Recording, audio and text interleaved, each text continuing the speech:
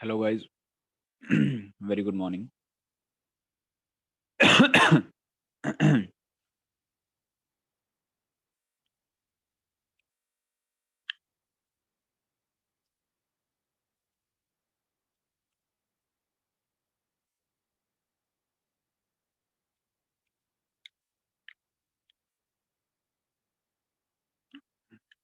Okay,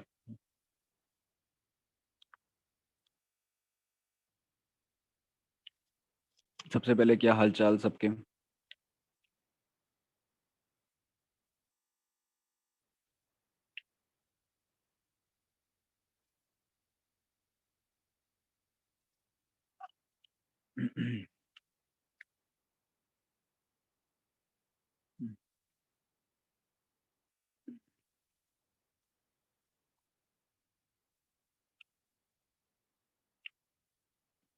okay.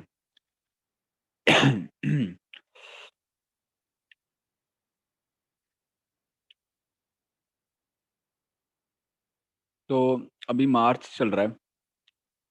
मार्च में भी in fact 10 दिन पड़े हैं अभी, 11 दिन पड़े हैं, 31 का होता है मार्च तो। और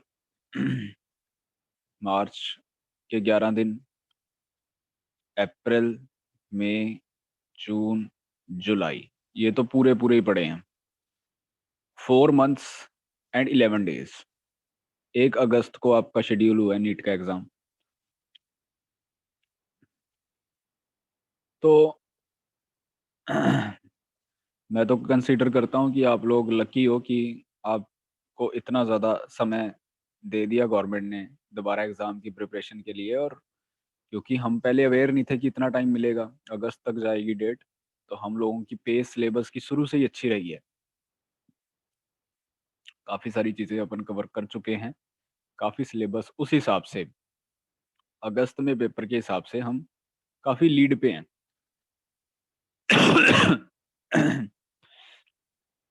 तो बच्चों, कल मैं प्लानिंग कर रहा था आपके बैच के लिए कि कैसे, जैसे ही सिलेबस खत्म होगा तो उसके बाद अपन अ, क्या फॉलो करेंगे, क्या शेड्यूल हमारा होगा। तो रिगरस टेस्ट होंगे आपके, मतलब इतने टेस्ट अपन दे देंगे कि अपना स्पीड, एक्यूरेसी उससे बहुत ज़्यादा इम्प्रूव होगा। हफ्ते में मैं प्लान कर रहा हूँ कि 2 या 3 टेस्ट आपको एटलीस्ट, 1 हफ्ते में 3 टेस्ट आप एटलीस्ट दें। और उससे बेसिकली आपकी स्पीड और एक्यूरेसी बढ़ेगी।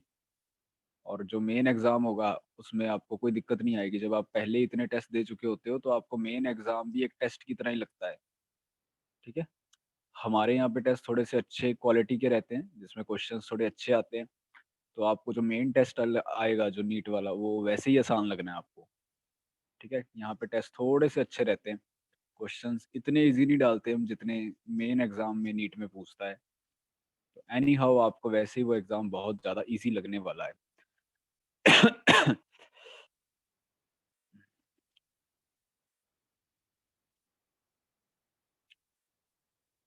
सिलेबस जल्दी खत्म होगा। मतलब अप्रैल तक लगा के चलते हैं अपन कि निपटा सकते हैं, अगर अपन होमवर्क वगैरह सही टाइम से करें। मतलब मेरे को, मतलब मैं तो 20 अप्रैल तक भी करा सकता हूँ, मैं आपको सही बताऊँ। 20 अप्रैल में अभी 31 दिन है, 30 दिन, महीना पड़ा है। तो मैं उस टाइम में भी करा सकता हूँ, बट इश्यू बस ये आता है कि आप लोगों को होमवर्क भी तो करना होता है। मेरे कराने से चीज़ें सही नहीं ना होंगी। मैं सिलेबस करा दूँ, आपका होमवर्क हो ही ना, लैग ही बना जा रहा है, लैग आता जा रहा है, आता जा रहा है, आता, चीज़ें छूटती जा रही हैं। तो कहने को तो वो क्लास में कवर हो गया, सिलेबस हो गया जी।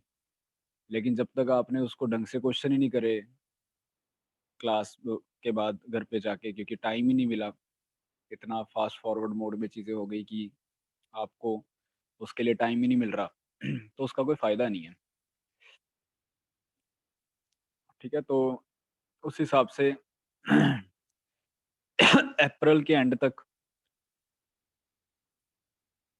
हम ट्राई कर सकते हैं, प्रोवाइडेड मैं जल्दबाज़ी इसमें कोई नहीं करूँगा।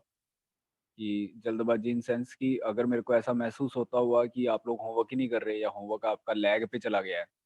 मैं दे रहा हूँ होमवर्क, बट वो करके नहीं आ रहे आप लोग, क्योंकि बाकी सब्जेक्ट्स का भी मिलता होगा होमवर्क, बाकी सब्जेक्ट्स की भी क्लासेस होती हैं और टाइम ही नहीं इतना मिल पा रहा आपको। तो फिर थोड़ा और स्लो हो सकता है, नहीं तो अकॉर्डिंग टू द पेस हम जल्दी कर लेंगे सिलेबस खत्म।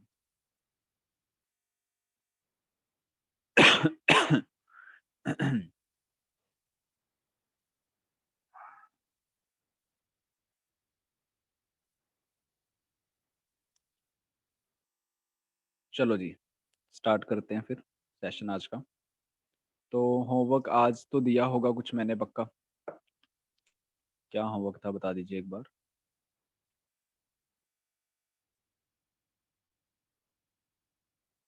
ए और बी पार्ट करंट इलेक्ट्रिसिटी का, ठीक है।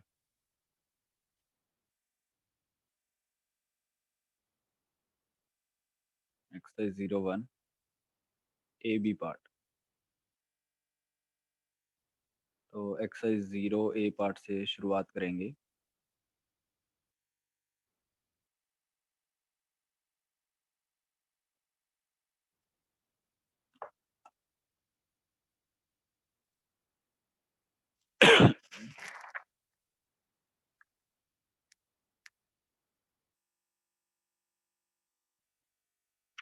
Definition of current and current density exercise 0 a part. Exercise 0 a part में 5 क्वेश्चन है, नहीं 8 क्वेश्चन है। तो कोई डाउट इन 8 में?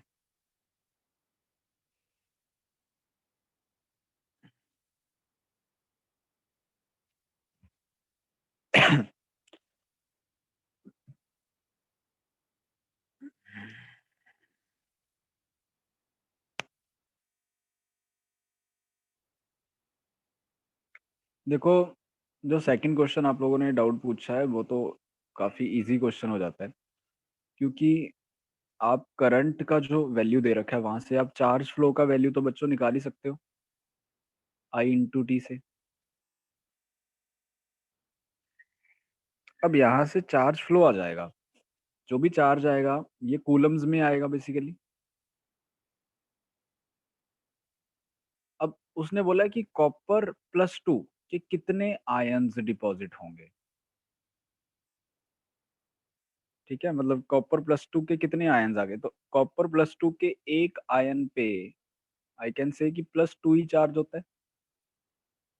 +2 का मतलब यही है, +2 ही, +2 ई मतलब +2 इंटू 1.6 इंटू 10⁻⁻19 कूलम, इतना चार्ज होता है एक आयन पे। अब आपने ऊपर ये डेल्टा क्यू कूलम्स में निकाला है, तो इतने कूलम एक आयन चार्ज लेके जाता है। तो जो आप ऊपर डेल्टा क्यू निकाले होंगे कूलम्स में, उतने चार्ज को कितने आयन्स कैरी करेंगे वो आप यूनिटरी मेथड लगा के निकाल सकते हो, वो आंसर हो जाएगा।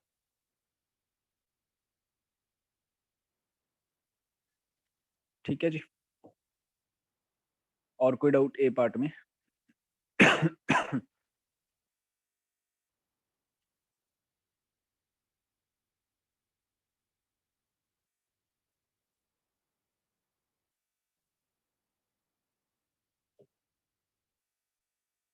Okay, b part exercise 0, 7 questions हैं, 7 क्वेश्चंस में कोई डाउट?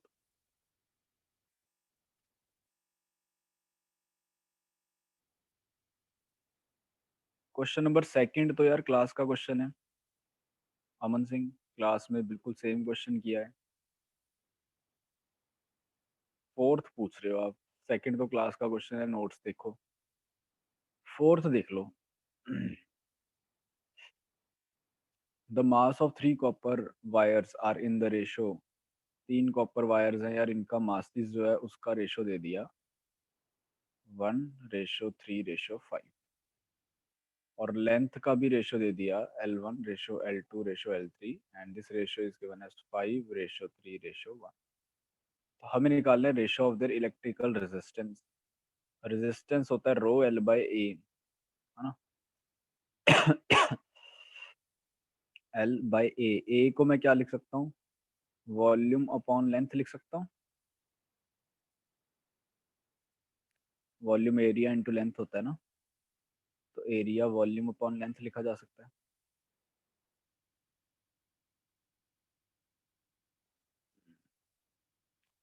अब यहाँ से आप एक काम और कर सकते हो, इसको लिख लो रो इंटू एल स्क्वायर, और वॉल्यूम को लिख लो, डेंसिटी हमारी होती है मास पर यूनिट वॉल्यूम, तो वॉल्यूम को आप लिख सकते हो मास अपॉन डेंसिटी, वॉल्यूम को लिख लेंगे मास अपॉन डेंसिटी।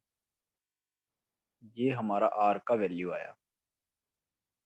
ठीक है, अब तीनों वायर्स कॉपर की हैं तो रो और डी तो सेम ही होगा तीनों के लिए, तो तीनों वायर्स के जो रेजिस्टेंस का रेशो होगा वो बेसिकली ये एल स्क्वायर बाय एम, तो l one square by m one, l two square by m two, l three square by m three. यहाँ पे वैल्यूज पुट करो, आंसर आएगा।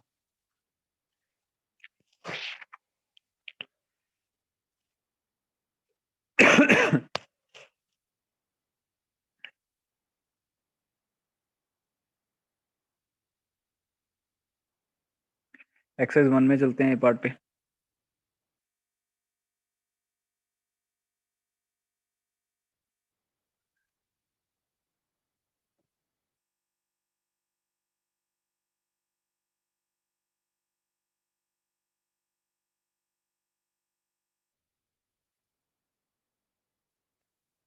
तो एक्सरसाइज वन ए पार्ट में कोई डाउट?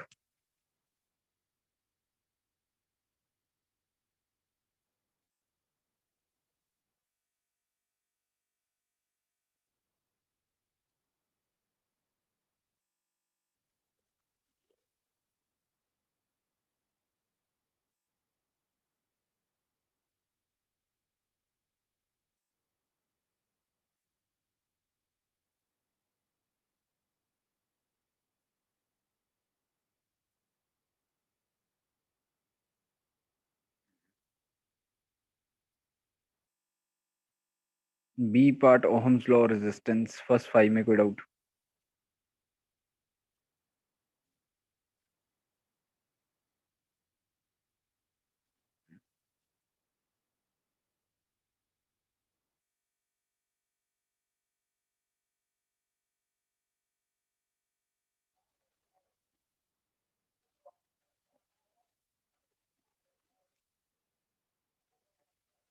टेंथ तक कोई डाउट?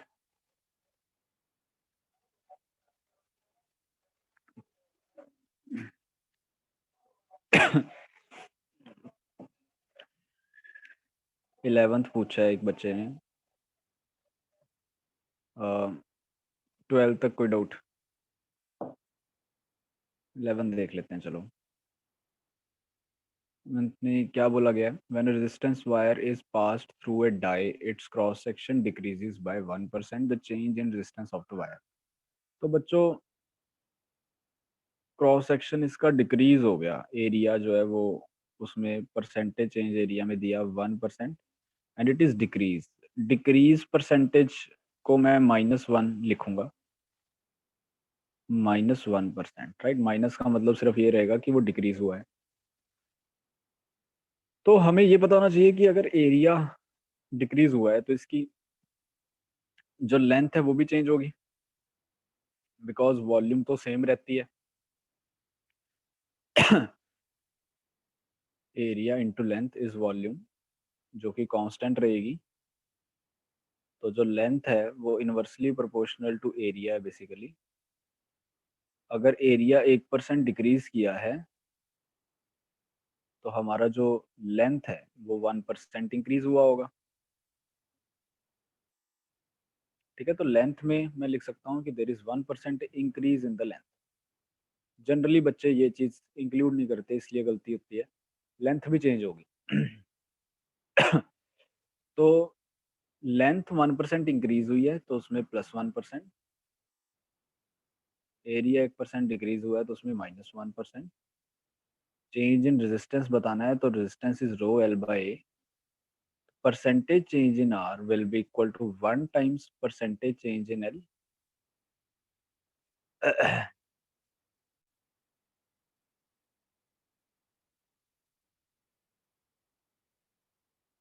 राइट।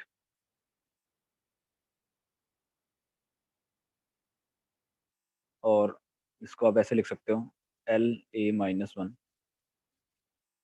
आप ऐसे याद रखो कि जब परसेंटेज चेंजेस निकालनी होती है ना, या एरर नहीं निकाल रहे, याद रहे, एरर में तो हम पावर्स को जो होती हैं, जो एल और ए की पावर होती है, उसको अपन पॉजिटिव में कन्वर्ट करके आगे लेके आते होते हैं। यहाँ परसेंटेज एरर निकालना है, तो आप जब परसेंटेज एरर निकालते हो ना, तब आपको पावर्स को विद साइन आगे लेके आना होता है। Percentage error in are will be equal to L की power 1m, 1 times percentage change in L plus A की पावर -1 है, -1 times percentage change in A. अब यहाँ पे जो आपको परसेंटेज चेंज एल में और ए में रखना है, वो विद साइन रखना होता है। ठीक है जी। जब आप परसेंटेज चेंजेस के लिए कैलकुलेट करते हो तो विद साइन रखना है। तो देखो क्या बनेगा अपना, 1 times percentage change in L यानी कि 1%, plus -1 times percentage change in A यानी कि -1%। तो ये 1 + 1 ये 2% आ जाएगा basically. That is the answer. और ये पॉजिटिव आया है 2, अगर आप देखो पॉजिटिव का मतलब क्या है, 2% इंक्रीज किया होगा। तो आंसर इज इंक्रीज बाय 2%।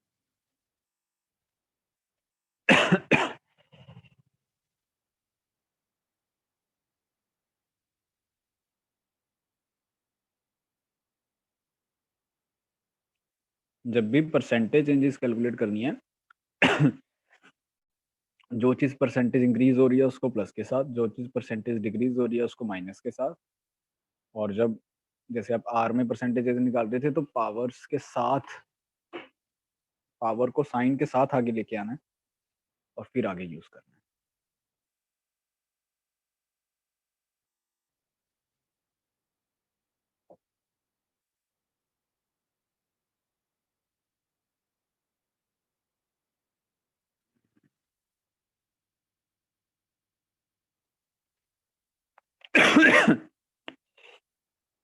चलिए आगे बढ़ते हैं बच्चों। तो पिछली क्लास में हम लोग यार कॉम्बिनेशन ऑफ रेजिस्टर्स तक हमने कर लिया था। सीरीज पैरेलल मिसलेनियस कॉम्बिनेशन ये हमने कर लिया था। व्हीटस्टोन ब्रिज हमने कर लिया था। व्हीटस्टोन ब्रिज की स्टेटमेंट मैंने लिखवा दी थी कि भाई ये व्हीटस्टोन ब्रिज की बैलेंस्ड कंडीशन की स्टेटमेंट है। उसको हालांकि हम प्रूव भी कर सकते हैं बच्चों। ठीक है, वो हम जब केवीएल केसीएल पढ़ेंगे ना, उससे करेंगे उसको प्रूव। केसीएल केवीएल से प्रूव करेंगे, उसमें एक ही मिनट में हो जाएगा सॉल्व। तो अभी के लिए आप स्टेटमेंट को याद रखो। केवीएल से उसका अपन प्रूफ भी दे देंगे बैलेंस कंडीशन का, कि R1/R2 is equal to R3/R4। Then R5 can be removed because no current flows through it, and accordingly we can calculate the equivalent r. उसके बाद एक सेकंड रुको, कॉल अटेंड करता हूँ।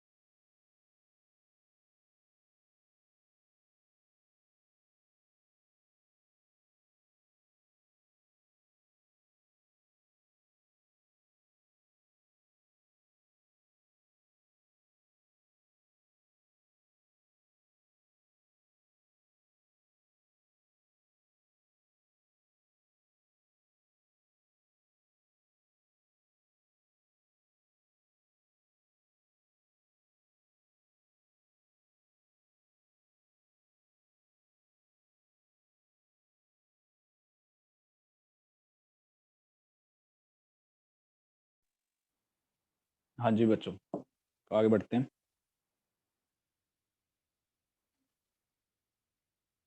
हाँ साहिल, यही तो बोला मैंने कि जब भी परसेंटेज चेंज आपको निकालना है तो आप साइन के साथ पुट करो सारी क्वांटिटीज को, तो आपको कंफ्यूजन नहीं क्रिएट होगा कि वो क्वांटिटी परसेंटेज इंक्रीज हो रही है या डिक्रीज हो रही है। अपने आप वो चीज़ साइन के साथ आ जाएगी। जैसे यहाँ पे रेजिस्टेंस में परसेंटेज चेंज प्लस में आ गया था, तो वो क्लियर हो गया कि 2% इंक्रीज हुआ है। तो आप इन स्टेप्स को फॉलो करोगे जो मैंने अभी सिखाए हैं। जब भी आपको परसेंटेज चेंज निकालना हो, एरर परसेंटेज एरर की बात नहीं कर रहा मैं, परसेंटेज चेंज की बात कर रहा हूँ, उसमें आपको ये साइन वाली चीजें, ये स्टेप्स फॉलो करने हैं।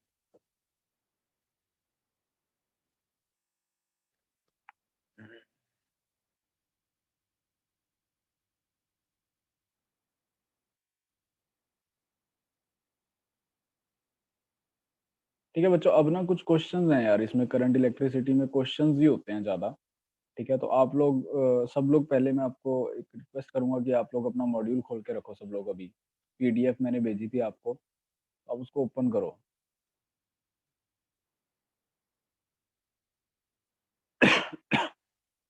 ठीक है, एक एक क्वेश्चन अपन प्रैक्टिस करते हैं हर एक पार्ट में से।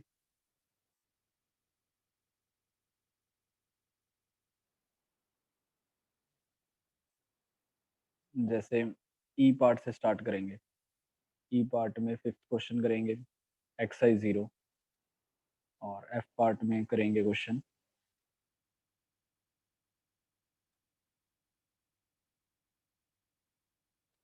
सिक्स क्वेश्चन करेंगे।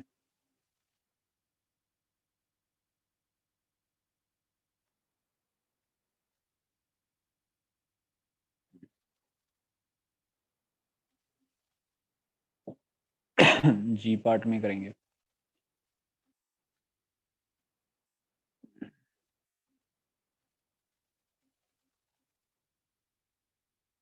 Question number 9।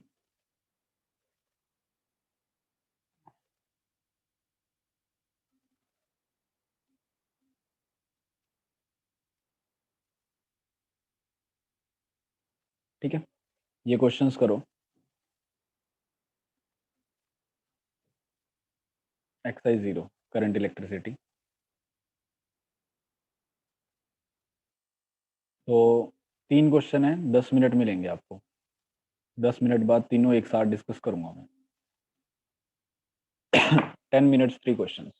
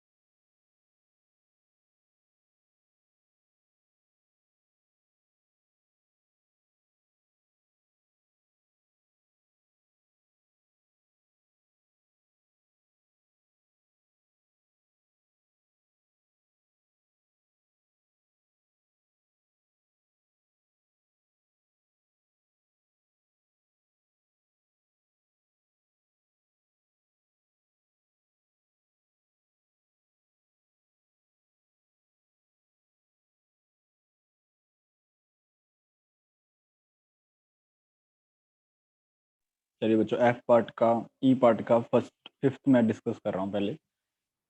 जिनका हो गया वो आगे करते रहे, रुके ना।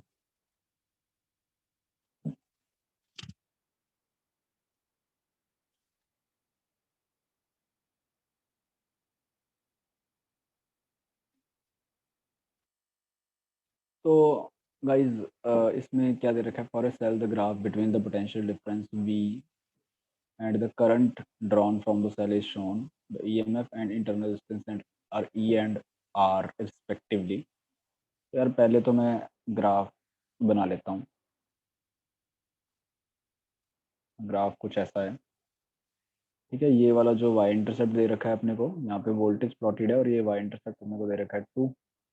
और यहाँ पे करंट प्लॉटेड है और ये यहाँ पे जो एक्स इंटरसेप्ट अपने को दे रखा है दैट इज 5। ये एम्पीयर्स में है, ये वोल्ट में है, ठीक है जी। अब हमें बताना क्या है? जो टर्मिनल वोल्टेज होती है, जब भी किसी सर्किट में करंट फ्लो करता है, टर्मिनल वोल्टेज का एक्सप्रेशन अपने पास बनता होता है ई माइनस आई आर, है ना। जब नॉर्मली अपन किसी रेजिस्टेंस में करंट फ्लो कराते हैं by applying a single battery, तो सिंगल बैटरी वाला ही केस है फॉर ए सेल, राइट। तो graph is plotted between v and i. तो ये वाई एक्सिस पे प्लॉटेड है बच्चों, ये एक्स एक्सिस पे प्लॉटेड है। तो यू कैन क्लियरली सी कि ये स्ट्रेट लाइन का फॉर्मेट बनेगा। Y is equal to m x plus c के साथ इसका कंपैरिजन किया जाएगा। तो जो एम है बेसिकली वो हमारा स्लोप होगा। स्लोप हमारा हो जाएगा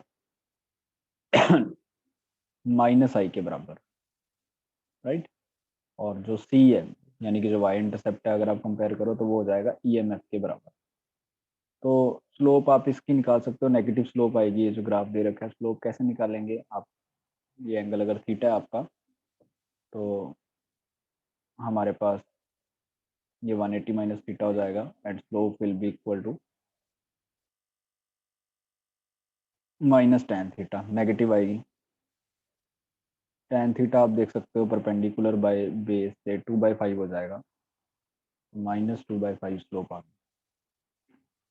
इस -2/5 को, स्लोप को माइनस आई के बराबर करो, यहाँ से आपका करंट का वैल्यू आएगा 2/5 यानी कि 0.4 एम्पियर।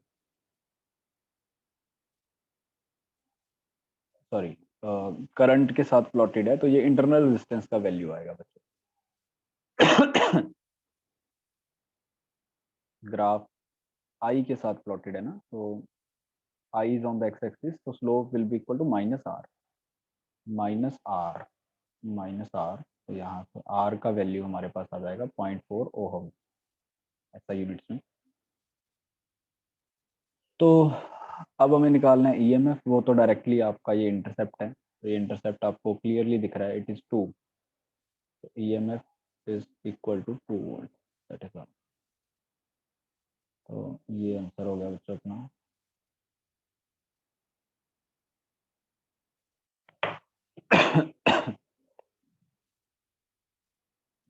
अगला क्वेश्चन करो, 1 मिनट और दे रहा हूँ उसके लिए। फिफ्थ का, एफ का 6।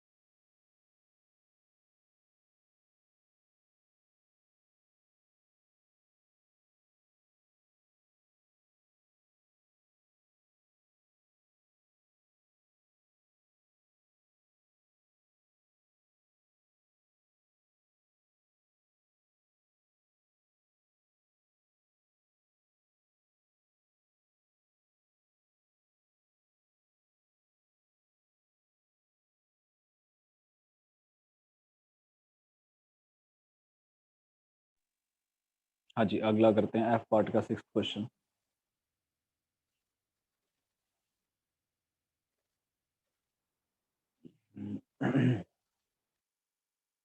यार ये क्वेश्चन ना ध्यान से सुनना, ये आगे कैपेसिटेंस में भी आएगा और ये जेई मेंस में बहुत बार पूछा गया है। अच्छे क्वेश्चंस में गिना जाता है इसको। ठीक है, तरीका समझ लो। कई बार डाटा ऐसा होता है कि विजुअलाइज नहीं होता, तो जो मैं तरीका सिखाऊंगा उससे कोई दिक्कत आएगी नहीं। You are given several identical resistors, each of value 5 ohm, each capable of carrying a current maximum of 2 amperes. Okay. It is required to make a suitable combination of these resistances to make a resistance of, पहले लिख लेते हैं। R equivalent हमें चाहिए 2 ओम, R हर एक का individually, हर एक का R कितना है 5 ओम।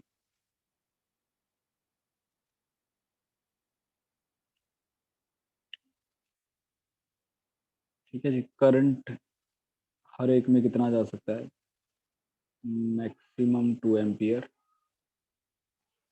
और करंट ब्रांच जो भी अपन बनाएंगे उसमें कितना जाना चाहिए, करंट ब्रांच में जाना चाहिए 4 एम्पियर।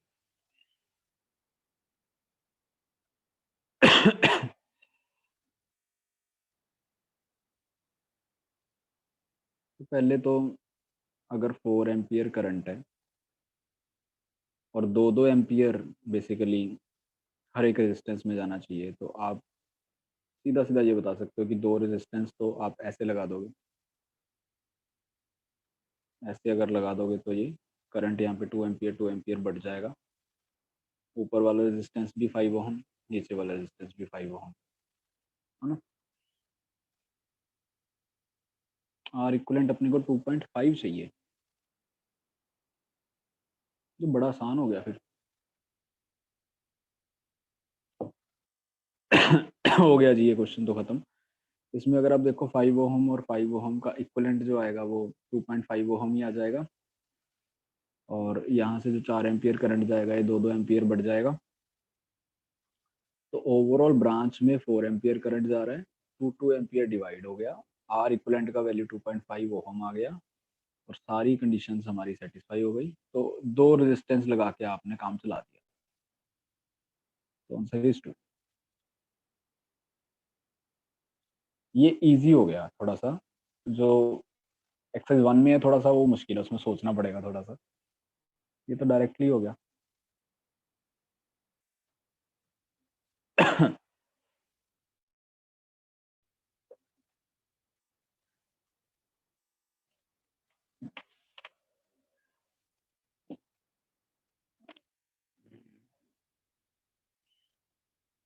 अगर मैं आपको यहाँ पे ये बोल देता इसी क्वेश्चन में कि आर इक्वलेंट मुझे 2.5 की जगह 7.5 ओहम चाहिए, तो आपका आंसर क्या आना था? बाकी सब कुछ सेम है, बस आर इक्वलेंट 2.5 की जगह 7.5 बनवाना है। तो आपका answer number of minimum resistance का क्या आना?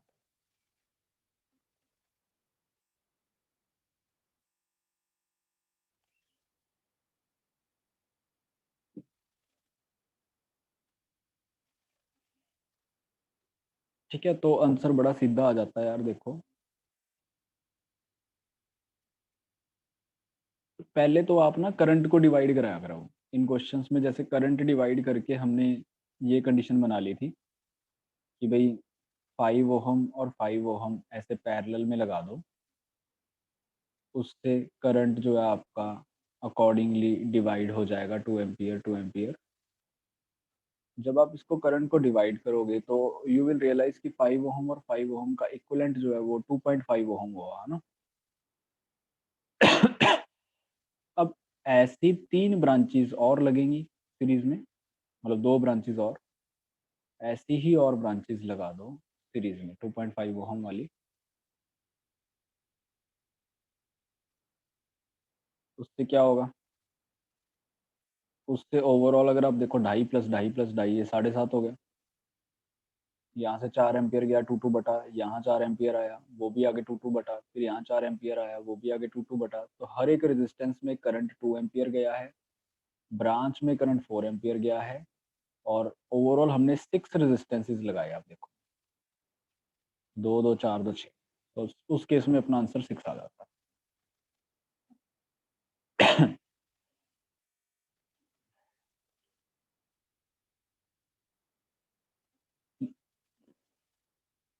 नहीं, सीरीज में 5 ओम का नहीं लगा सकते ना, हर सिमरन जो है, सही नहीं सोच रहे आप। 5 ओम का लगाओगे तो इसमें करंट जो है अपना 4 एम्पियर चला जाएगा ना। बट कंडीशन ये भी तो है ना कि करंट हर एक में 2 एम्पियर से ज़्यादा नहीं जाना चाहिए। अगर आप अकेला 5 एम्पियर लगा दोगे तो उसमें करंट वाली कंडीशन जो है वो वायलेट हो जाएगी। इसीलिए बता रहा हूँ, ये जो मैं तरीका बता रहा हूँ, it is the best way. ऐसे ही सोचो, कभी गलती नहीं होगी। कैपेसिटेंस में भी आएंगे सेम प्रॉब्लम्स इसी तरह के, वो भी इसी मेथड से अपन करेंगे।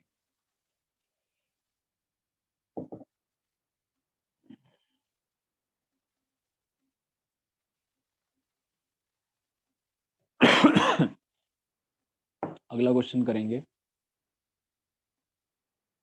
जी पार्ट का 9th।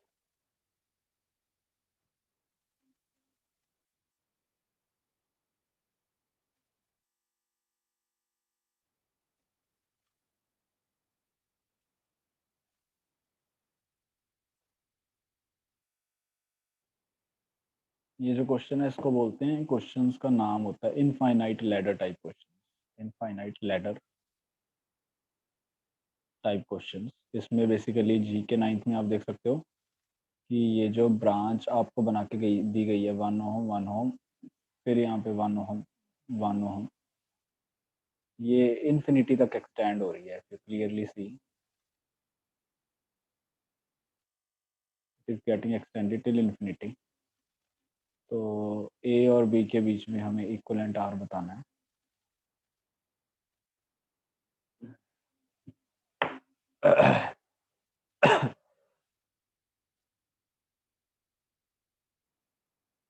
करो ट्राई एक बार।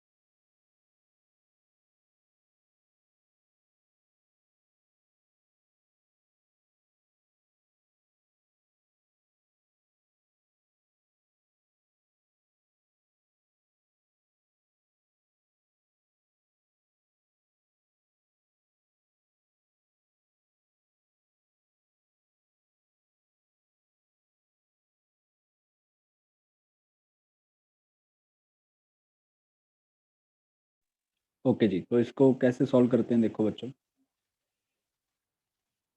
इसमें यार सबसे पहले आपको इन क्वेश्चंस में पैटर्न आइडेंटिफाई करना होता है कि कौन सा पैटर्न है जो रिपीट हो रहा है इनफाइनाइट टाइम। जैसे कि मुझे यहाँ पे ये पैटर्न दिख रहा है 1 1 वाला, ठीक है। ये पैटर्न इन्फिनिटी तक रिपीट हो रहा है, मतलब इन्फिनिटी तक, मतलब आगे फिर एक ऐसी ब्रांच आएगी, फिर एक आके ऐसी ब्रांच आएगी, ऐसी इनफाइनाइट ब्रांचेज हैं। This pattern this basically repeated till infinity. अब ध्यान से सुनना मैं जो बोलूंगा। अब आप क्या करो, जैसे इस क्वेश्चन में आप बच्चों ये बोल सकते हो कि मान लो ये पॉइंट को मैंने बोल दिया पॉइंट नंबर ए, ये पॉइंट को बोल दिया पॉइंट नंबर बी, ठीक है। और ये ए और बी जो दे रखा है, कैपिटल ए और बी, इसके बीच में मैंने इक्विवेलेंट जो भी आ रहा है, जो हमें निकालना भी है बेसिकली, अगर यहाँ पे एक बैटरी लगाई जाए तो इक्विवेलेंट रेजिस्टेंस कितना होगा, तो जो भी इक्विवेलेंट ए और बी के बीच में आ रहा है उसको मैं मान लेता हूँ एक्स, ठीक है।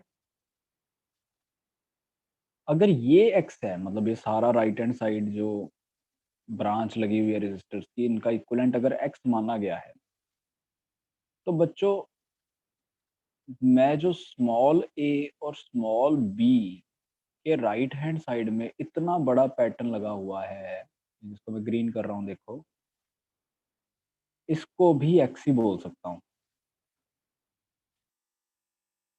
इसको भी मैं एक्स ओहम ही बोल सकता हूँ। ऐसा क्यों? क्योंकि अगर आपने पूरे को एक्स ओहम बोला है, पूरे में इनफाइनाइट पैटर्न्स हैं, तो इन्फिनिटी में से एक कम, ये वाला एक पैटर्न हटा दिया बस हमने। स्मॉल ए और स्मॉल बी के राइट हैंड साइड क्या है, इनफाइनाइट पैटर्न्स में से आपने एक पैटर्न को कम कर दिया बस। तो इन्फिनिटी में से अगर वन निकालोगे, समुंदर में से अगर तुम बूंद निकाल लो, एक ड्रॉप निकाल लो, तो समुंदर के लेवल में कोई फर्क नहीं पड़ता। वही वाला हिसाब किताब है, इन्फिनिटी से वन निकालेंगे तो कोई फर्क इन्फिनिटी में नहीं पड़ना। तो यानी कि हम ये बोल सकते हैं कि ए बी के राइट हैंड साइड भी जो पूरी चीज ये बनी हुई है, जिसको मैंने ग्रीन किया है, इसको मैं ओवरऑल रिप्लेस एक सिंगल रेजिस्टेंस एक्स से कर सकता हूँ, जो कि इसका इक्विवेलेंट है।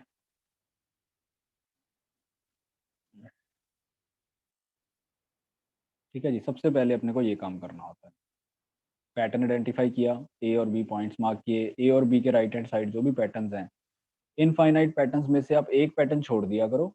एक पैटर्न छोड़ने के बाद जो भी राइट हैंड साइड आपको ब्रांच दिखेगी, उसको आप एक्स से रिप्लेस कर सकते हो। फिर आप उसको रीड्रॉ करोगे सर्किट को, तो आपको ऐसा दिख जाएगा। अब ये पूरा हमने एक्स बोला है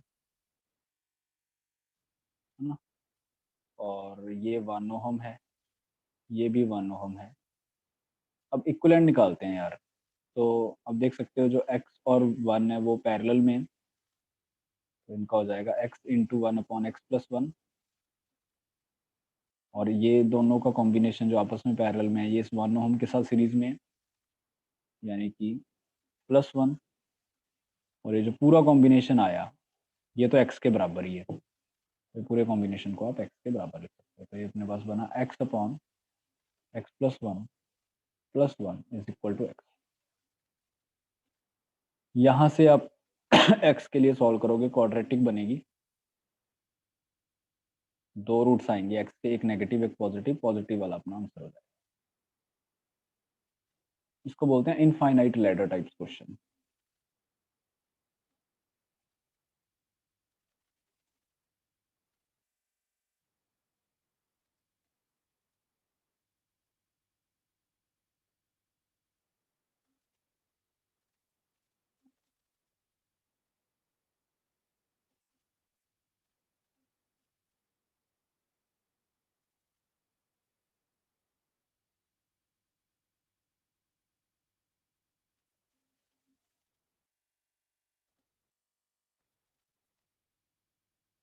चलिए, आई होप सबको क्लियर है ये।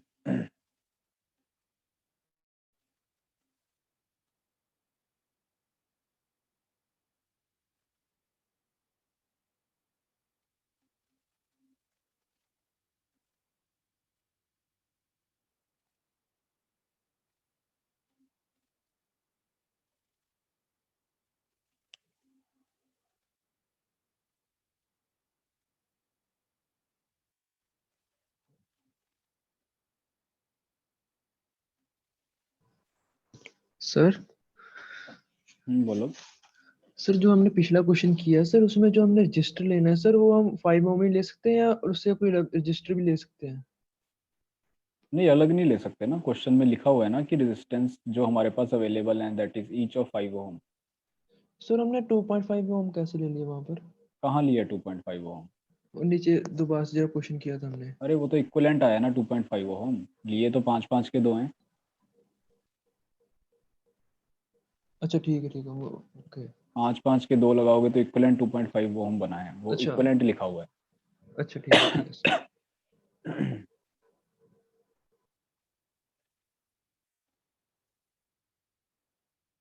यहाँ तक किसी और को कोई डाउट?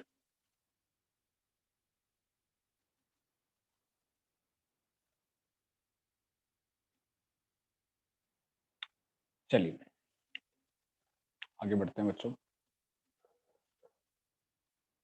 तो इसके बाद बच्चों वेरी इंपॉर्टेंट टॉपिक अगेन जो बहुत काम आएगा अपने को, दैट इज इलेक्ट्रिक पावर।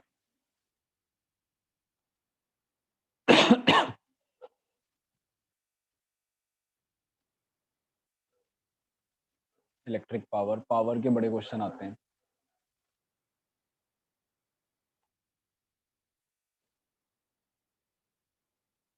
तो इलेक्ट्रिक पावर होती क्या है? किसी भी इलेक्ट्रॉनिक डिवाइस की पावर, इलेक्ट्रॉनिक डिवाइस मतलब जो इलेक्ट्रिकल सर्किट में हम चीज़ें लगाते हैं, चाहे हम कैपेसिटर लगाएं, रेजिस्टर लगाएं, बैटरी लगाएं, ये सारे इलेक्ट्रॉनिक सर्किट्स के आइटम है मेरे। तो इनकी जो पावर होती है basically that is the rate at which energy is consumed और प्रोवाइडेड।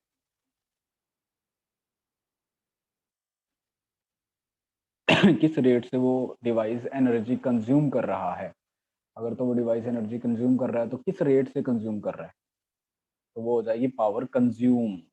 पावर कंज्यूम्ड बोलेंगे क्योंकि उसमें उसने एनर्जी पर सेकेंड कुछ कंज्यूम करी है।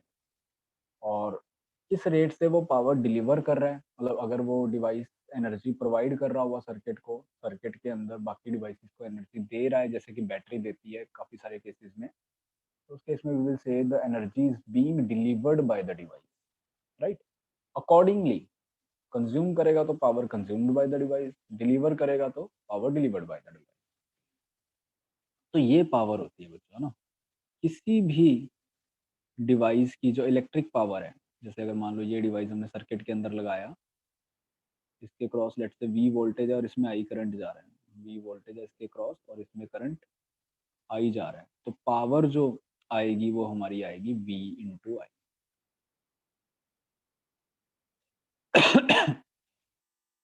वी इंटू आई पावर आएगी, voltage into current.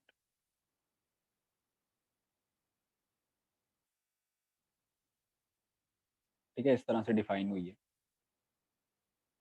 The voltage across the device, the current flowing through the device. ठीक है जी। अब बेसिक फॉर्मूला तो ये है। अब रेजिस्टेंस के केस में ये फॉर्मूला काफ़ी अलग अलग रूप ले लेता है।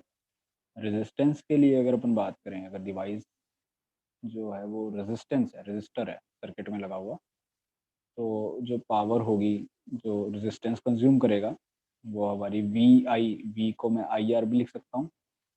अगर मैं आई आर लिखूंगा तो ये आई स्क्वेयर आर हो जाएगा। ठीक है, वी आई भी लिख सकता हूँ, आई स्क्वेयर आर भी लिख सकता हूँ, और आई को अगर वी बाय आर लिख लूँ तो वी स्क्वेयर बाय आर मेरा तीसरा फॉर्मूला भी बन जाता है। तो डिपेंडिंग मुझे क्या डाटा दे रखा है, मैं अकॉर्डिंगली फॉर्मूले में वैल्यू पुट करके power consumed by the register निकाल सकता हूँ इन एन इलेक्ट्रॉनिक सर्किट। 3 फॉर्मूले हैं, अकॉर्डिंगली जो भी डाटा होगा उसको यूज करके आप कर सकते हैं।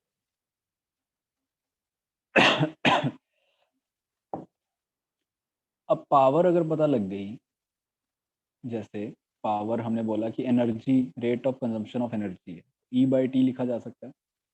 तो एनर्जी को हम पावर इनटू टाइम लिख सकते हैं, कि अगर किसी डिवाइस की पावर पता है इनटू टाइम करके कि कितने इस टाइम में उस डिवाइस ने कितनी एनर्जी कंज्यूम कर ली। ठीक है जी। तो बेसिक फॉर्मूला हमारा बच्चों एनर्जी का बनता है integration of P D T.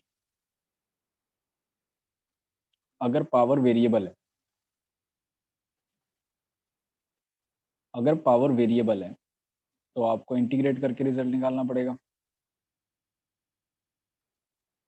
तो आप पावर को बाहर नहीं लेके जा सकते, तो आपको डायरेक्ट इसी के साथ ही खेलना पड़ेगा, फिर आपको कुछ डाटा देगा पावर का एक्सप्रेशन टाइप्स। और अगर पावर कांस्टेंट है, जैसे कि मेजॉरिटी केसेस में रहती है, power consumed by the device is constant, तो उसमें पी बाहर चला गया, dt का इंटीग्रेशन t हो गया, तो इसको p इंटू टी लिख सकते हैं। तो आप तो ये फॉर्मेट याद रखो, क्योंकि पावर वेरिएबल वाले क्वेश्चंस भी आपको आगे एसी वगैरह में मिलेंगे। तो आप डायरेक्ट ये मत याद करो कि पावर इनटू टाइम ही एनर्जी कंज्यूम होता है, वो तब होता है सिर्फ जब पावर कांस्टेंट हो। अगर वेरिएबल हो तो आप इंटीग्रेट करके energy consumed in any time interval bye the device निकाल। ठीक है जी, ये एक्सप्रेशन अपने को याद होना चाहिए। जैसा कि वर्क डन के केस में करते थे अपन, अगर फोर्स कांस्टेंट होता था तो एफ डॉट एस, और वेरिएबल होता था तो integration of F dot D S. बिल्कुल वैसा सही फॉर्मेट यहाँ पे बना।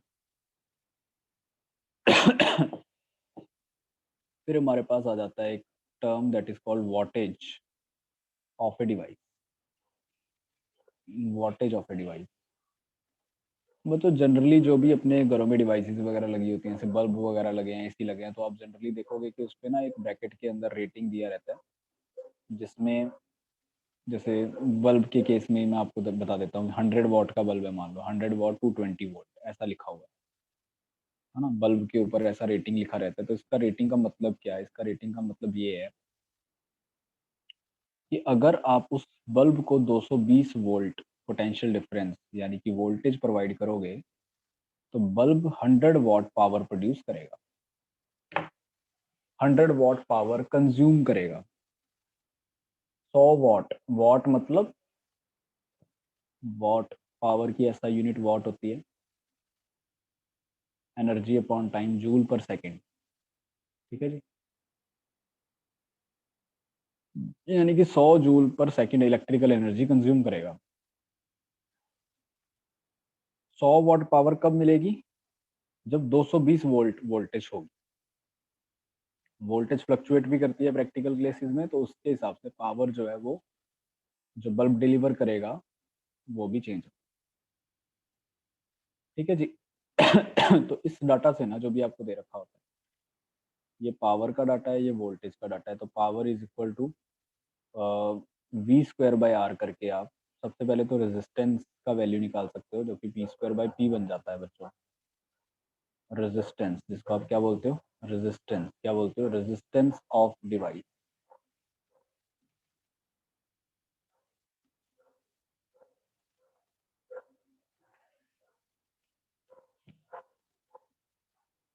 ठीक है जी, ये रेजिस्टेंस ऑफ द डिवाइस हो गया।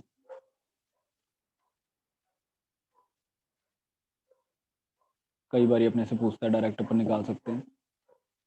फिर power is equal to V I वाला फॉर्मूला लगा के आप आई का वैल्यू निकाल सकते हो, पी अपॉन वी, जैसे कि ऊपर वाले केस में 220/100 हो जाएगा। तो ये जो करंट आता है बच्चों यहाँ से, इसको बोलते हैं अपन मैक्सिमम सेव करंट। ये याद रखना है अपने को। यानी कि करंट अगर ये आप पी अपॉन वी से तो यहाँ से वैल्यू निकाल ही लोगे कि कितनी आएगी ये करंट की वैल्यू। इस करंट को बोलते हैं maximum safe current, safe limit of current. अगर तो आपका डिवाइस में करंट इस करंट से कम फ्लो कर रहा है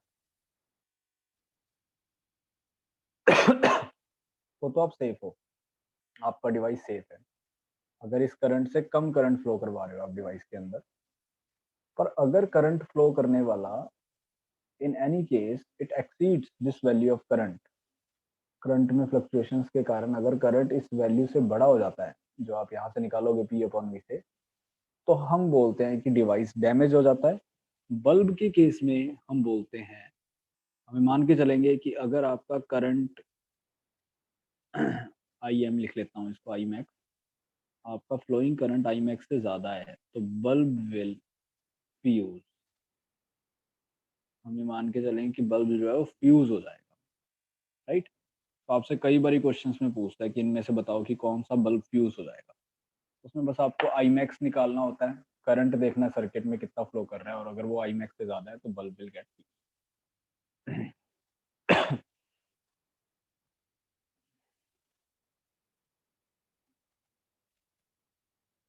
ठीक है जी।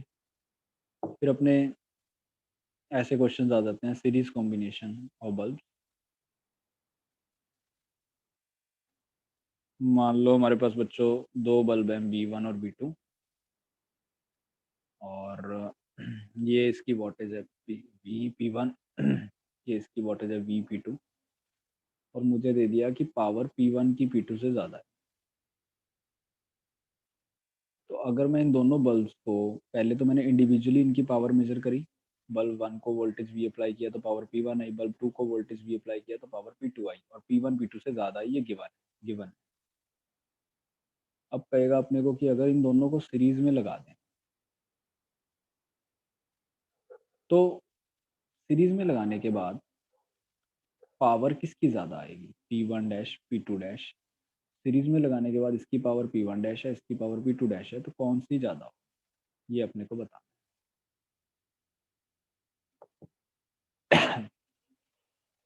करो जरा। सीरीज में लगाने के बाद जो पावर कंजम्पशन की आएगी वो P1 डैश P2 डैश है, तो कौन ज़्यादा होगा कौन कम होगा।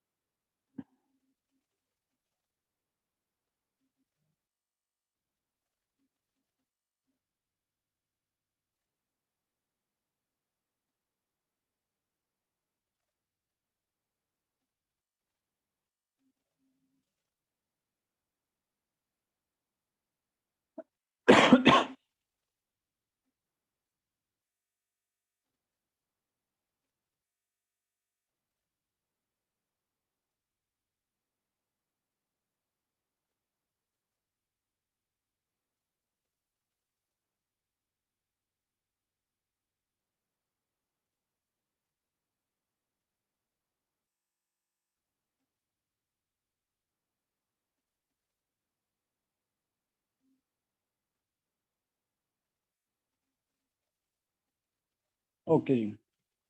तो इसमें यार रिजल्ट क्या आता है, इसमें रिजल्ट आ जाता है कि अगर पहले पावर 1 की ज़्यादा थी जब इंडिविजुअली बल्ब यूज़ किए गए थे, तो सीरीज में लगाने के बाद पावर 2 की ज़्यादा आई। इसका रीज़न, रीज़न ऐसा है, देखो। आप रेजिस्टेंस निकाल लो। रेजिस्टेंस 1 वाले बल्ब का अपन लिख सकते हैं V² बाई P1। रेजिस्टेंस 2 वाले बल्ब का अपन लिख सकते हैं V² बाई P2। और P1 P2 से ज़्यादा है तो रेजिस्टेंस 2 का 1 से ज़्यादा हो गया।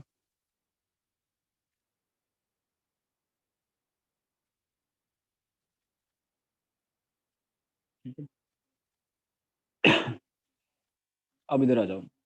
जब सीरीज में लगा दिया आपने दोनों बल्ब्स को, इसका रेजिस्टेंस आपको पता लग गया R1 है, इसका R2 और R2 R1 से ज़्यादा है, ये भी हम देख चुके हैं। सीरीज में क्या सेम होता है बच्चों, दोनों बल्ब्स में सीरीज में करंट सेम जाएगा। तो पावर जो 1 वाला बल्ब कंज्यूम करेगा उसको मैं लिख सकता हूँ I2 R1। तो पावर जो 2 वाला बल्ब कंज्यूम करेगा उसको लिख सकता हूँ I2 R2। तो जिसका रेजिस्टेंस ज़्यादा होगा, करंट तो दोनों में सेम ही है यार, जिसका रेजिस्टेंस ज़्यादा होगा वो पावर ज़्यादा कंज्यूम करेगा। तो रेजिस्टेंस 2 का ज़्यादा है, तो पावर भी सीरीज में जब आप लगाओगे तो 2 वाला बल्ब ज़्यादा कंज्यूम करेगा। तो आप तो ऐसे भी याद रखते हो, सीरीज में रिजल्ट उल्टा हो जाता है। जब आप बल्ब्स को सीरीज कॉम्बिनेशन में लगा देते हो तो जो ओरिजिनली पावर ज़्यादा कंज्यूम कर रहा था सीरीज में लगाने के बाद वो कम पावर कंज्यूम करता है, उल्टे हो जाते हैं रिजल्ट।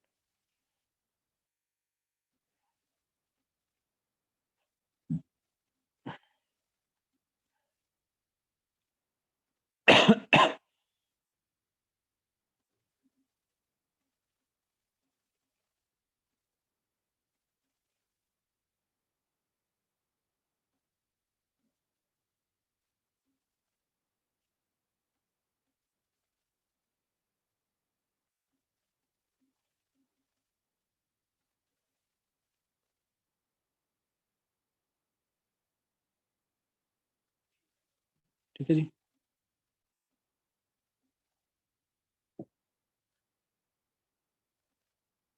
अब जनरली अपने को ऐसा क्वेश्चन दिया रहता है कि मान लो कि एक डिवाइस है, ये हाई पोटेंशियल है, ये डिवाइस का लो पोटेंशियल है, और मान लो कि करंट ऐसा फ्लो हो रहा है डिवाइस के अंदर।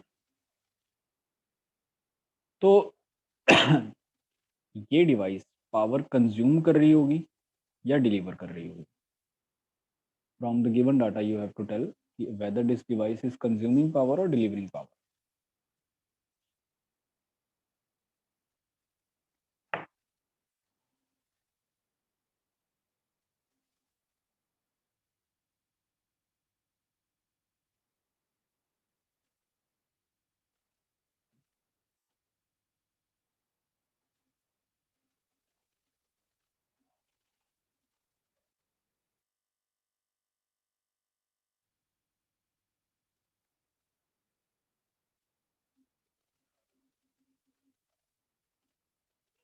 तो बच्चों देखो,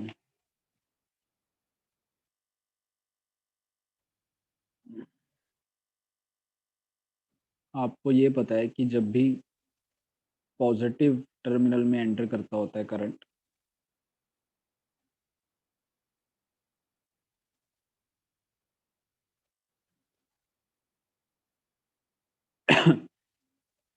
तो device as a load act करता होता है।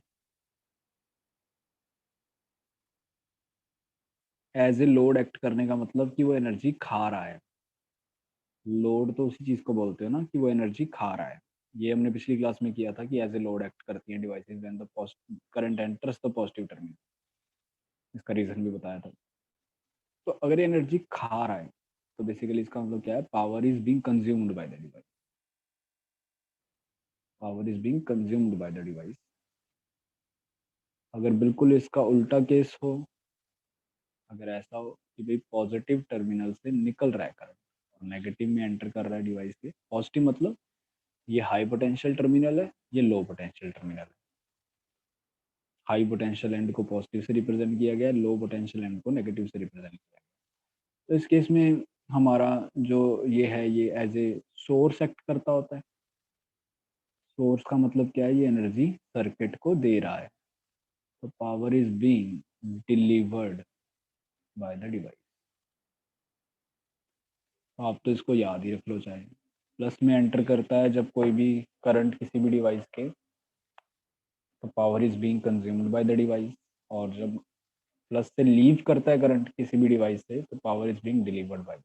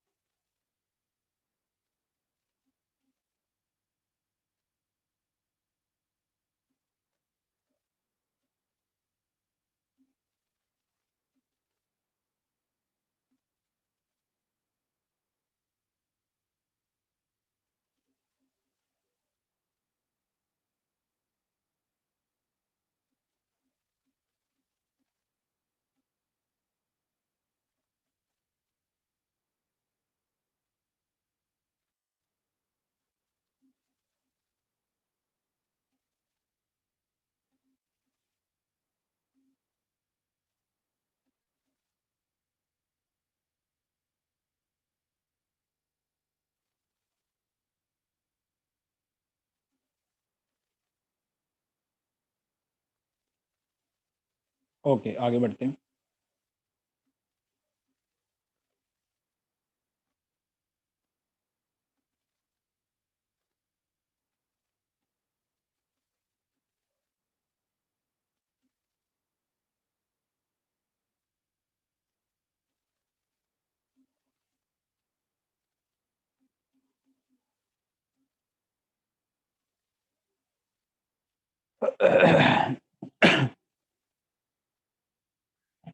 तो इसमें कुछ क्वेश्चंस कर लो यार पावर के ना, मैं देता हूँ अभी। एक्सरसाइज 0 खोल लो सब लोग। इसमें बड़े क्वेश्चंस बन जाते हैं पावर वाले टॉपिक से।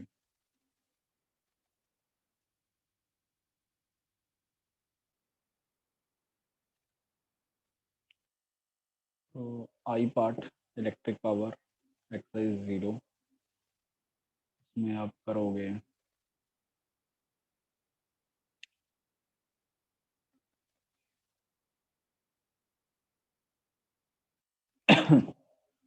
Question number 7। जो बहुत अच्छे अच्छे क्वेश्चन हैं वही करा रहा हूँ, जो डायरेक्ट फॉर्मूला बेस्ड हैं वो नहीं करा रहा, वो आपसे हो ही जाएंगे।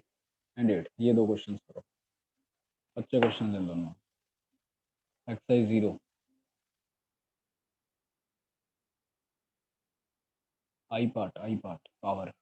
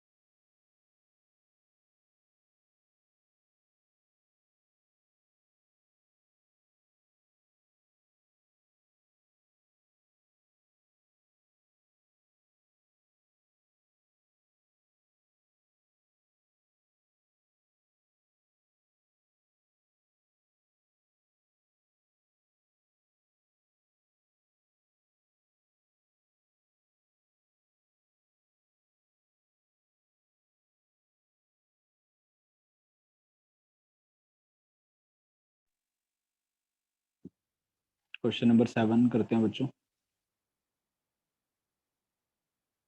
तो बच्चों ब्राइटनेस का सीधा सीधा लिंक पावर से है। अगर कोई बल्ब पावर कंजम्पशन ज़्यादा कर रहा है तो वो ज़्यादा ब्राइट ग्लो करेगा, और अगर वो पावर कंजम्पशन कम कर रहा है तो बेसिकली वो कम ब्राइटली ग्लो करेगा। तो initially switch S is open, कुछ ऐसा है। ओपन कर देते हैं इसको यहाँ से।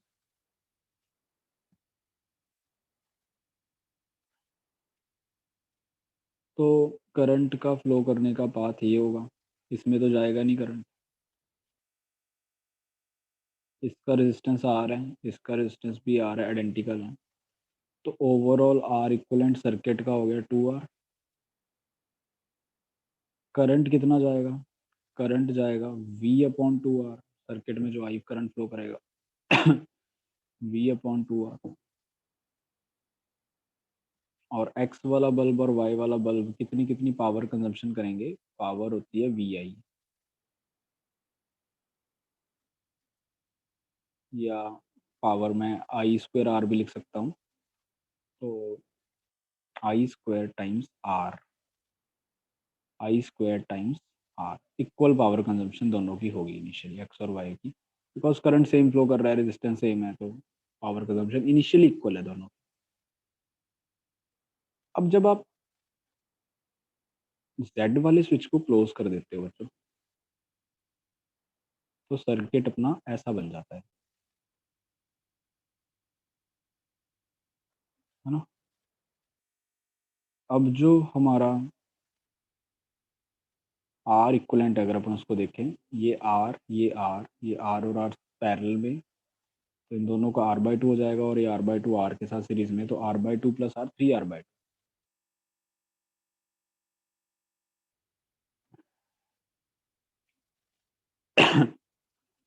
तो अब जो करंट फ्लो करेगा वो करेगा V/R इक्वलेंट, यानी कि 3R/2, यानी कि 2V/3R।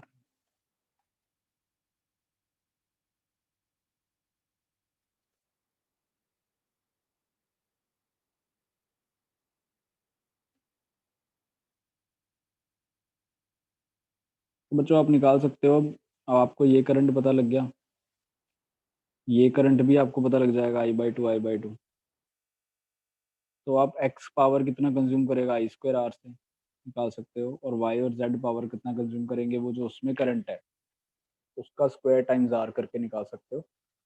और फिर आप कंपेयर कर सकते हो कि इनिशियली ये कितने कितने कंज्यूम कर रहे थे और फाइनली कितनी कितनी कंज्यूम कर रहे हैं, और फिर अकॉर्डिंगली बता सकते हो कि इंक्रीज हो रहा है या डिक्रीज।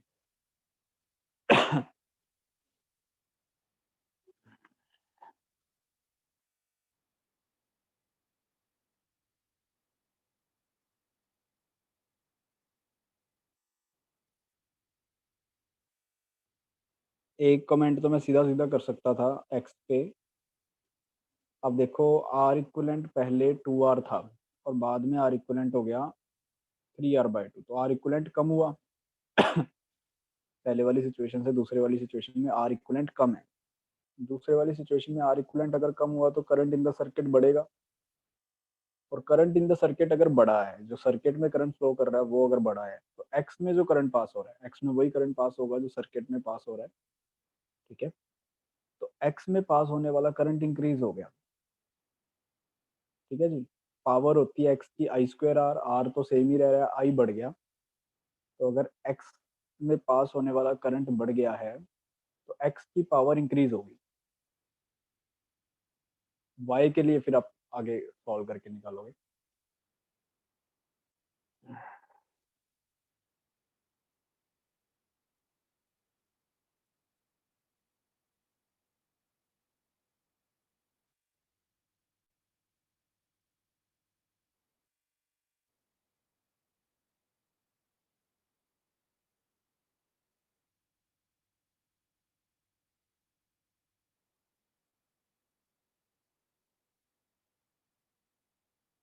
ठीक है जी, तो इतना ही रखेंगे आज के लिए। आप अगले क्लास के लिए अगले 2 पार्ट कर लेंगे, C एंड D।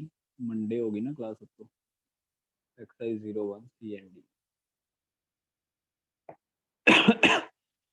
बाकी अगली क्लास में करेंगे KCL KVL वगैरह करेंगे स्टार्ट।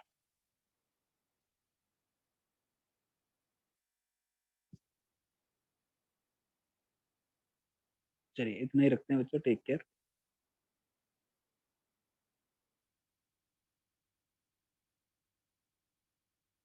ओके जी, बाय बाय।